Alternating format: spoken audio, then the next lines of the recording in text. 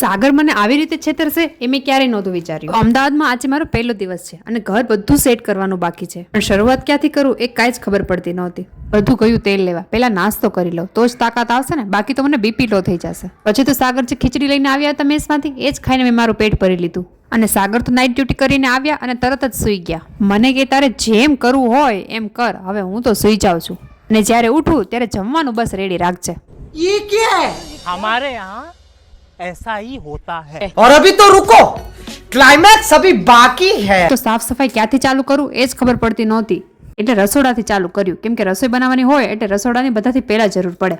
અને હું જ્યારે અમરેલી હતી ત્યારે સાગરે મને કીધું હતું કે મેં આખું ઘર મસ્ત રીતે સાફ કરી નાખ્યું છે, તારે અહીંયા આવીને કાંઈ ટેન્શન લેવાની જરૂર નથી. અચ્છા.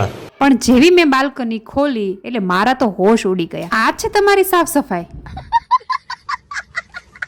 અને પછી તો મેં મિશન બાલ્કની સાફ સફાઈ ચાલુ કર્યું. એક મકાનને ઘર બનાવવું એ કઈ સહેલી વાત નથી. અને અમુક લોકો તો ઘણી વખત મને બોલીને જાય છે કે તમારે તો જલસા છે, તો આજે તો મારા જલસા જોઈ જ લ્યો.